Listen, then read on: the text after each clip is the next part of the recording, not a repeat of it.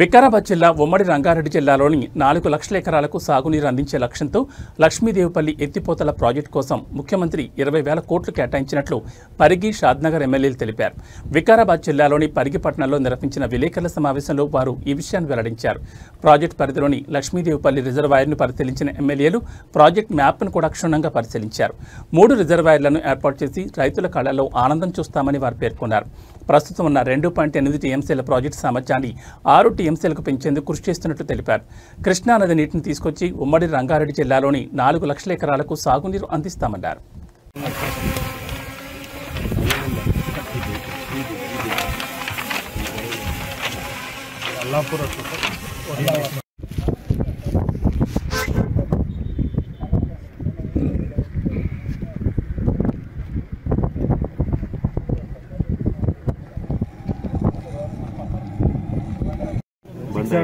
వరకు ఒక మనకు ఏరియా ఒకసారి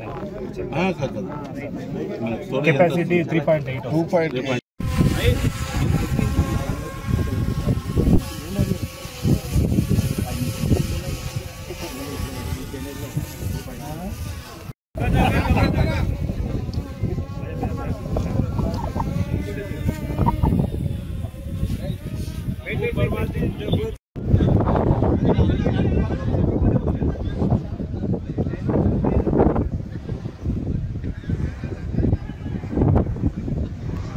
మన విషయాన్ని కూడా మీ అందరి దృష్టికి తెలియజేస్తూ అదేవిధంగా మాది ఇంకొక కోరిక ఉంది. ఈ ఉద్దండాపురం అనేది జడ్చర్ల నియోజకవర్గంలో ఉంది.